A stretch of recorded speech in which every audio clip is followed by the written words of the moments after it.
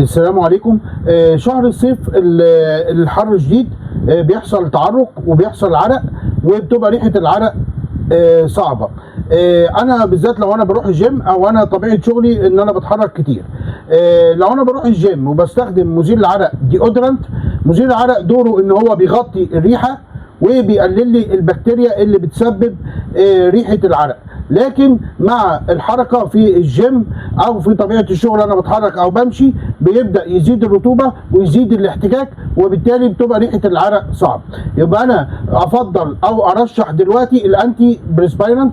الانتي بريسبيرنت ده مضاد للتعرق، بدوره ان هو بيقلل كميه التعرق وبيقلل الرطوبه اللي هي بتبقى بيئه مناسبه للبكتيريا اللي هي بتسبب ريحه العرق. طيب الانتي بريسبيرنت اللي ده زيرو الومنيوم كلورايد، زيرو بارابين، زيرو الكحول، زيرو كوجيك اسيد. طيب انا بستخدم او برشح البيز لاين. البيز لاين في منه بدون رائحه وفي برائحه الورد وروائح تانية. طيب البيز لاين ده 4 في 1.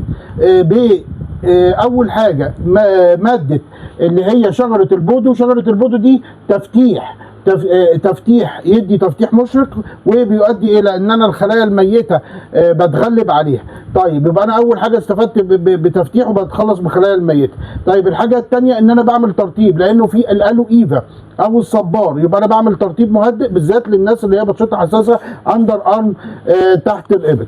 طيب وفي عندي الماده اللي هي الوم كليسترول او الشابه اللي كانت موجوده عند العطار زمان، موجوده في البيز لاين. يبقى والالوم كريستال دي مسؤوله ان انا بقلل كميه العرق، وبالتالي بتقلل الرطوبه. يبقى انا لو رحت الصبح اتحركت ورحت جيم وكده، في نفس الوقت كميه العرق قليله، كميه الرطوبه قليله، واقدر اروح واجي، وفي نفس الوقت ما يبقاش في ريحه عرق. رابع حاجه ان هو بيعمل اودر كنترول.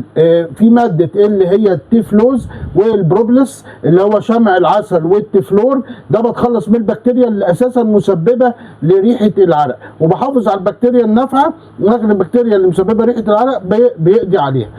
ويبقى انا كده هو البيز لاين بنرشحه لانه فيه يعتبر 4 في 1. ترطيب، وفي نفس الوقت تفتيح، ومضاد للتعرق، ومزيل للرائحه. تحياتي.